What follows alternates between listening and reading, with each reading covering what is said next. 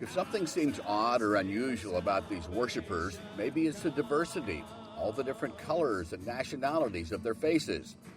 This is the Wilchrist Baptist Church in Houston, and Pastor Rodney Wu couldn't be more proud of the cultural and racial mix of his congregation.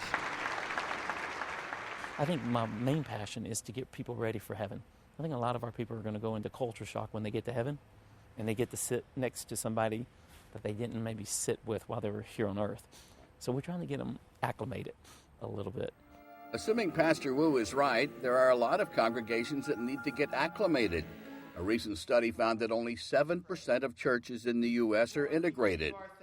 This comes as no surprise to Ohio State sociology professor Corey Edwards, author of the book The Elusive Dream. We're segregated in housing. Even the job market is segregated.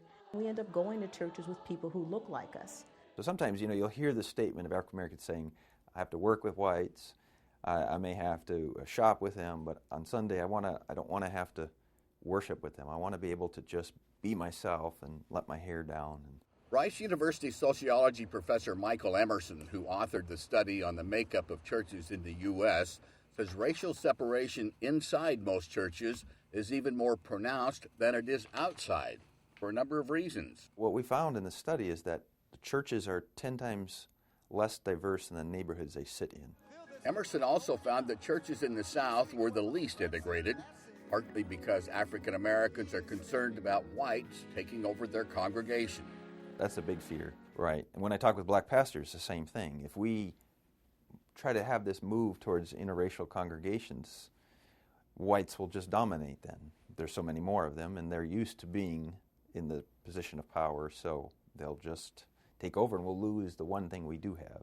And so what happens in these congregations where you have whites and blacks, even though they may be well-intended, people coming together, wanting to do the Christian thing, wanting to serve God together, you're going to find that these kinds of issues that occur outside of the church come into the church. The top of the morning to everybody. Pastor Rufus Smith of the City of Refuge Church in Houston is one of very few African Americans who leads an interracial church.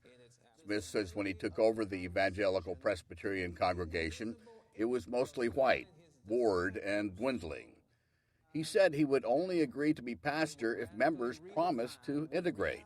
To their credit, many of those core people decided, come hell or high water, we're going to try this thing and give it our best shot, though it was an experiment. And here now, 12 years later, we think it's a grand experience. Today, the church is about 45% white, 45% black, and the rest Hispanic and Asian. But Pastor Smith says the grand experience hasn't always been pleasant. You're certainly up against the natural stereotypes. You're up against ignorance. You're up against some hard-heartedness and, some outright evil with respect to some people. Pastor Rodney Wu, half Chinese, grew up in a black neighborhood, went to an all-white church, and married his Hispanic childhood sweetheart. Poor rich, let me tell you who they are. They are the people who have a lot of money and nothing else. When he came here, the church had only 2 black members out of 180. Today, Wilchrist Baptist has 500 members, divided almost equally among whites, blacks, and Hispanics, with the remainder made up of Asians. Wu says he didn't realize how difficult it was going to be integrating his church. When we started, a lot of people were going, this is making me feel uncomfortable. Whether the kids were in the nursery together or their kids were in the youth group, a lot of parents were fearful that their kids might start dating somebody that was a different race. In the beginning stages, there's often a lot of pain, a lot of confusion, a lot of people leave. Maybe there's even anger. But if they can make it through that, it becomes something that people just, a lot of times will say, I couldn't live without it. Ask me how I feel. If I was any better, I would have to be twins. And that's the truth if I ever told it. Pastor Rufus Smith has succeeded in not only integrating his church racially, his congregation comes from all walks of life. When it grew, he deliberately located the church between affluent and low-income neighborhoods. Carol Vance, a former district attorney, was one of the founding members. We picked Rufus because he's a great pastor, not because he's black. But I think it's wonderful that he is, because we're sitting right here on the edge, and I sort of like to think of our church as the bridge over troubled waters. To me, one of the true tests of the power of the gospel is to unify people across socioeconomic, racial lines, which is what the heart of Christianity is and was. Karen Geeson has a doctorate degree in theology. She says she grew up in a white church where people bowed their head, folded their hands, and worshiped quietly. Very different from what she experiences at City of Refuge.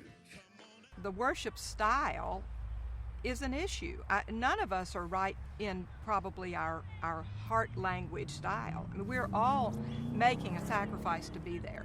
It's a mix. A lot of people go looking for churches saying, I'm looking for the one that ministers to me.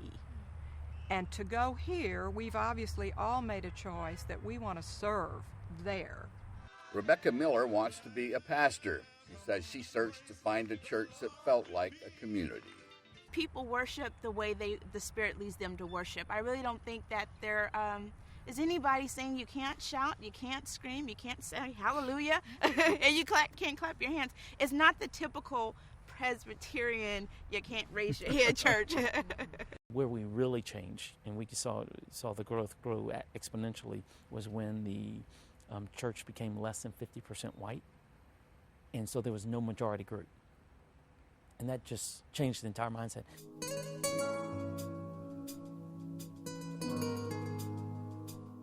Church guitarist Jim Cruz married a Hispanic and adopted a Hispanic child. He says he's learning a few things about his own prejudice.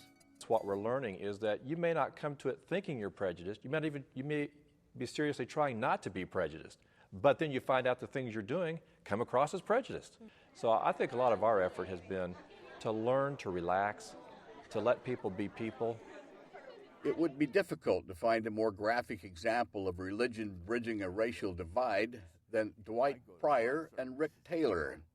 Taylor describes himself as a reformed redneck. From where I come from, be honest, I was taught to hate people like Dwight and to not have anything to do with them, and that they were less than I was. And I believed that most of my life. I truly did. But the Lord has a way of showing you your prejudices in your life. I grew up in North Mississippi. As a little kid on those school buses, watching those people shout racist names at me, and some of them were deacons and pastors in our community. It left a cold chill in my heart, a hatred. Dwight is a control systems designer, and Rick is a retired general contractor. The bond that has grown between them is plain to see. Racism colors the truth. It makes people not look at other people as if they were human. It goes that deep. It truly does. Sure does. And Christ teaches us that we're all the same. Are churches that integrate richer because they did it? Yeah, I never meet a church that wishes they didn't do it. I never meet a leader that wishes they didn't do it. They will all say to the person, it's hard, it's difficult, it comes with complexities and confusion. And they will say, if they're like Dwight and Rick, that church integration may not always come easy, but it comes with rich rewards and improbable friendships. For Religion and Ethics News Weekly, I'm Lucky Severson in Houston.